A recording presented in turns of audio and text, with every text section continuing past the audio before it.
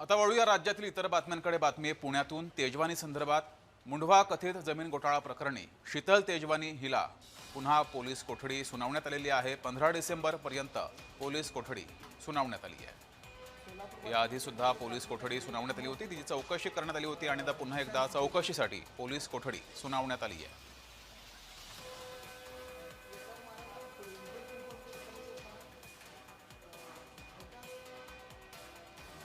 मुंढवा कथित जमीन घोटाळा प्रकरणी पुन्हा एकदा शीतल तेजवानी हिला पोलीस कोठडी सुनावण्यात आलेली आहे. 15 डिसेंबरपर्यंत ही पोलीस कोठडी असणार आहे. याआधी पोलीस कोठडी सुनावल्यानंतर पोलिसांनी या प्रकरणी चौकशी केली होती. पुन्हा एकदा चौकशीसाठी पोलीस कोठडीमध्ये वाढ करण्यात आली आहे.